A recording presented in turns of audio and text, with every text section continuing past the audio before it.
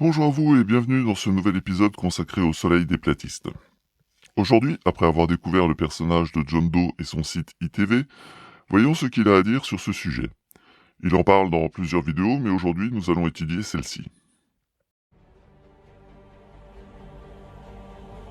Alors que le Soleil approche, son champ électromagnétique agissant sur un certain volume de gaz génère des électrons hautement énergétiques percutant à grande vitesse d'autres molécules de gaz, provoquant ainsi un enchaînement de réactions chimiques. Bon alors, d'entrée, il commence au minimum par ne pas maîtriser son sujet, au pire par nous raconter des salades. Il évoque ici ni plus ni moins qu'une réaction en chaîne. Une réaction en chaîne telle qu'il nous l'a décrit part dans toutes les directions. Donc, si cette théorie était vraie, le jour se lèverait dans toutes les directions, vers l'ouest, vers le nord, vers l'est et vers le sud, sans aucune distinction. Maintenant, quand bien même son délire aurait un fond de vérité, plusieurs questions se posent auxquelles il se doit d'apporter des réponses s'il ne veut pas passer pour un gros crétin. Première question, d'où vient le champ électromagnétique du Soleil platiste? Petit 2, si ce champ électromagnétique est assez puissant pour provoquer une ionisation de l'atmosphère, pourquoi ne le détecte-t-on pas depuis la Terre? Petit 3, à quelle distance se trouve le Soleil? Cette question est essentielle puisque la proximité du Soleil avec l'atmosphère pourrait éventuellement expliquer cette ionisation de l'atmosphère sans que nous ne soyons en mesure de détecter le champ électromagnétique du Soleil. Petit 3, comment s'arrête cette réaction en chaîne et pourquoi suit-elle la trajectoire du Soleil au lieu de partir dans tous les sens? Spoiler alerte, vous n'obtiendrez aucune réponse à ces questions dans cette vidéo d'ITV. Ce qui t'aura démontré que si John Doe est doué pour raconter des salades, quel que soit son talent de conteur, il ne vous vend que de la merde. Et la lumière du jour en est le résultat.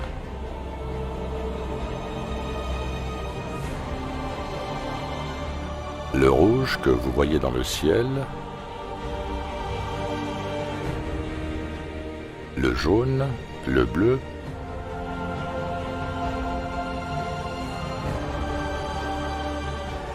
tout ceci n'est pas dû à la réfraction ou à la dispersion. Il s'agit de plasma.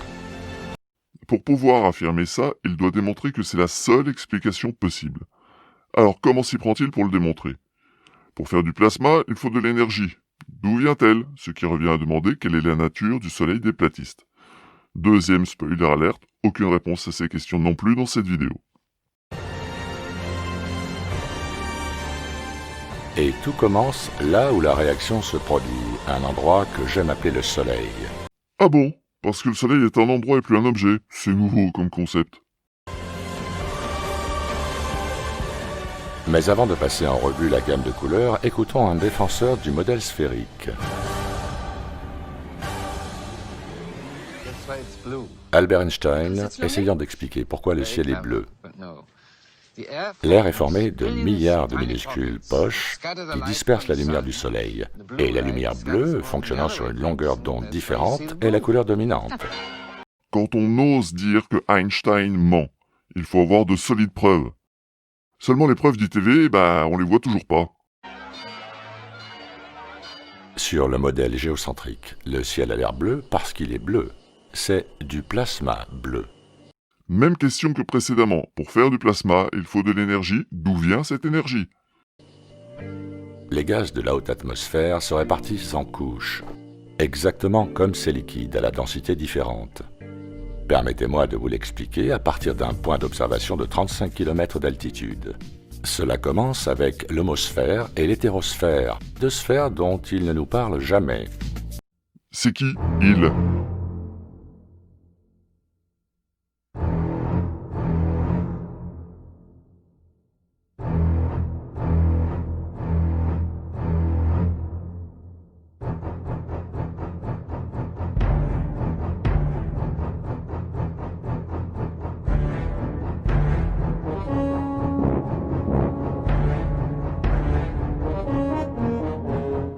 Maintenant, en cherchant un peu, 0,38 secondes sur Google, ça c'est un secret vachement bien gardé.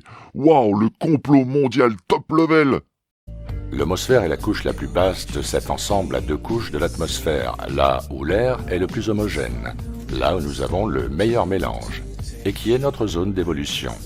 L'hétérosphère est donc la partie supérieure, là où l'air se décompose en fonction du poids des molécules. Ce phénomène se produit à environ 80 km d'altitude et occupe donc le même espace que la ionosphère et la thermosphère. C'est en fait la zone d'évolution des ballons à hélium.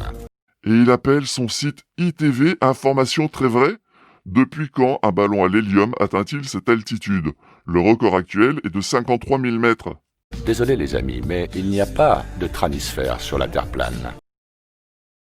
Hydrogène, hélium, vapeur d'eau, néon, oxygène, méthane et nitrogène sont tous des gaz plus légers que l'air qui s'étalent en couches au-dessus. Certaines couches sont une combinaison de gaz à la densité similaire.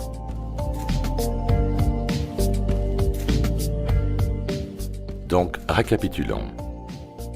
Nous avons des volumes de gaz inertes soumis à d'extrêmes basses pressions et températures, disposés en couches dans une zone que l'on appelle la ionosphère et la thermosphère. Tous les ingrédients nécessaires pour produire du plasma. Je rappelle encore une fois, à tout hasard, que pour produire du plasma, il faut une source d'énergie dont pour l'instant nous ne savons absolument rien, mais bon, attendons, peut-être nous expliquera-t-il ça plus tard. Faut-il être naïf? Chaque couche de plasma ayant ses propres propriétés différentes les unes des autres. Le plasma peut produire de la chaleur, de l'électricité, un rayonnement infrarouge, des ondes radio, des rayons ultraviolets, des rayons X, une lumière visible et un champ magnétique qui, tour à tour, excite les gaz inertes pour se régénérer. Non, ne me dites quand même pas qu'il ose parler ici d'une énergie qui serait sa propre source, une sorte de mouvement perpétuel. Le mouvement perpétuel est physiquement impossible. S'il ose prétendre le contraire, qu'il nous en fasse la démonstration. La lumière blanche est le résultat de la ionisation de l'air.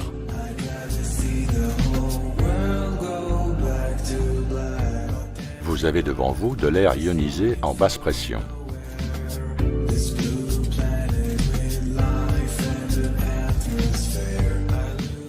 Voici la lumière du jour dans une bonbonne. Vous dit pas ici, c'est que sa bonbonne d'air ionisé est traversée par un courant électrique.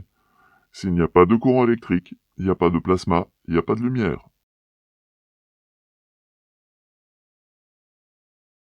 Voici ce qui se passe dans la vraie vie quand de l'air est ionisé au point de devenir un plasma blanc.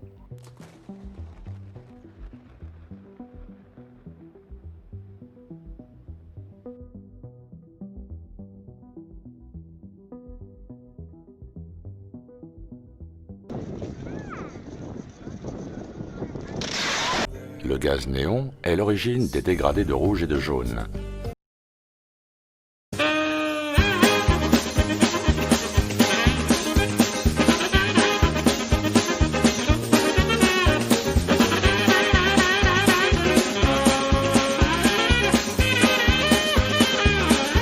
Ce gaz est le plus réactif, celui qui réagit le premier à l'effet de distance et qui nécessite le moins d'énergie, ce qui explique les couleurs des couchers et levées de soleil. Alors là, je m'interroge. Comment peut-il sérieusement avancer une idiotie pareille? A-t-il seulement observé un lever ou un coucher de soleil? Il faut croire que non. A priori, il n'a même pas observé l'image dont il se sert pour illustrer ses propos. Allez, zou, allons observer un lever de soleil. Regardez bien la couleur du ciel. Il est bleu. Et pourtant, le soleil n'est pas encore levé. Or, il nous dit bien que le néon est le premier et le plus facile à exciter. Pas de bol. Sa belle théorie se casse la gueule à la première observation de la vie réelle. Merci pour lui, au revoir, à la prochaine. Mais non, rassurez-vous, il a encore d'autres conneries monumentales à nous sortir. C'est également le cinquième élément le plus abondant dans l'atmosphère. Le néon est effectivement le cinquième gaz le plus présent dans l'atmosphère, à hauteur de 0,0018%. 0,0018%. Et d'après lui, ce serait suffisant pour produire la lumière du lever et du coucher de soleil. Et puis au fait, si sa théorie débile avait le moindre sens, nous devrions pouvoir observer ce plasma de néon se déplacer avec le soleil. Allez les plateux, levez-vous et allez fièrement faire des observations dans la vraie vie. Et dites-nous si un jour vous avez observé une lumière rouge orangée se déplacer dans le ciel, depuis l'horizon à l'est pour passer au-dessus de vos têtes avant d'aller rejoindre l'horizon à l'ouest.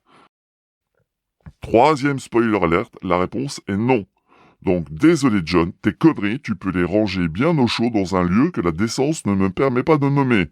N'oubliez pas que le plasma crée de la lumière là où la réaction se produit.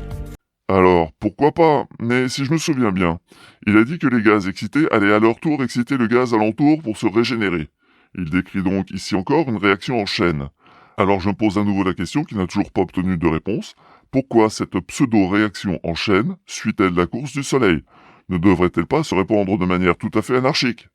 Et il y a encore de nombreux trous dans ta théorie, John. Que dis-je des trous? Des gouffres que tu auras bien du mal à combler. L'hélium hautement ionisé par l'électromagnétisme du Soleil produit cette lumière jaune-blanche couplée à un puissant rayonnement ultraviolet. La couleur bleue du ciel provient d'autres molécules gazeuses. Un bleu fluorescent à basse température et basse pression.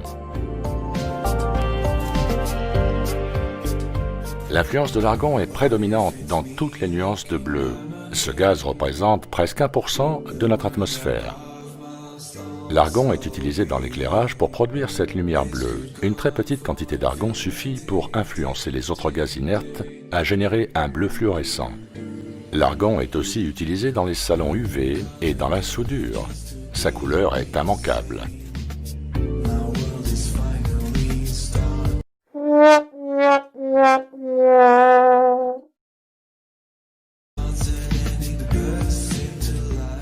Nous voyons ici l'extrémité du champ de plasma et non pas l'ombre de la Terre.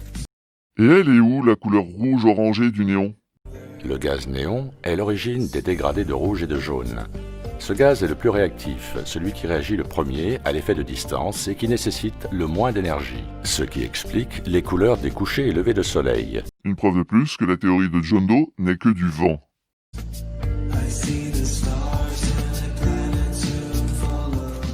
Nous avons là du nitrogène et de l'oxygène ionisés par l'électromagnétisme.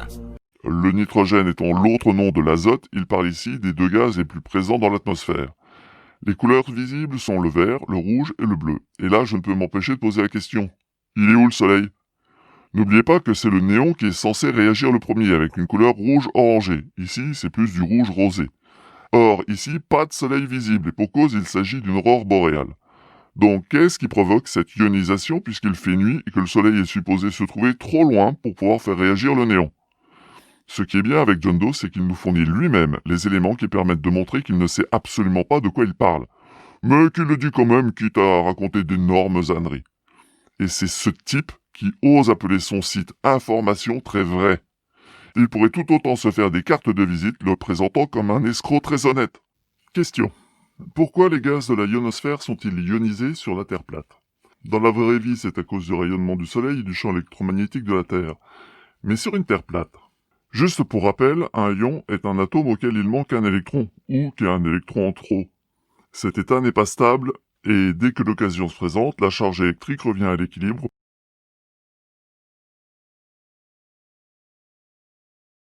Toutes ces radiations électromagnétiques qui nous sont expliquées comme étant des radiations émises par un soleil distant de 150 millions de kilomètres sont en fait la réaction de ces gaz ionisés étalés en couches au-dessus de nos têtes.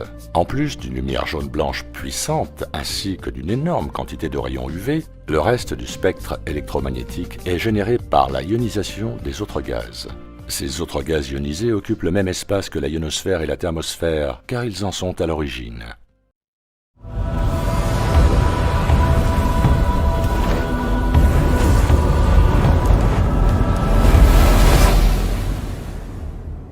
Alors, après cette vidéo, voyons ce que nous ne savons toujours pas. La nature de ce soleil platiste, sa distance à la Terre, la source de son magnétisme et de son énergie. Pourquoi il reste bien sagement là-haut dans le ciel plutôt que de s'écraser sur Terre comme une grosse merde?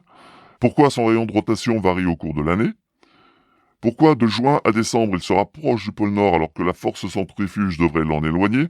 Quelle est donc cette corde qui maintient le Soleil autour de son axe de rotation, s'opposant ainsi à la force centrifuge? Qu'avons-nous appris? Rien. Absolument rien qui soit vérifiable. Non, j'exagère, nous avons quand même appris que malgré le nom trompeur de son site internet, John Doe n'en a absolument rien à faire de la vérité, puisqu'il ne peut absolument rien démontrer de ce qu'il raconte. Tout ce qui l'intéresse, c'est de vous balancer ces délires qui reposent sur une incroyable quantité de vide. Le pire, c'est quand il prétend que sa parole coûte 5 € les 10 secondes, ce qui revient à dire qu'un trip chez ITV coûte plus cher que du LSD. Oh, et si j'étais riche,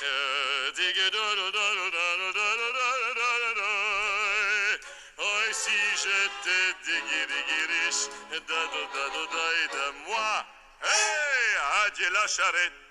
La drogue, c'est pas bien, et abuser de l'un comme de l'autre nuit gravement à votre quotient intellectuel. Allez, je vous donne rendez-vous la semaine prochaine pour cette vidéo. D'ici là, n'oubliez pas,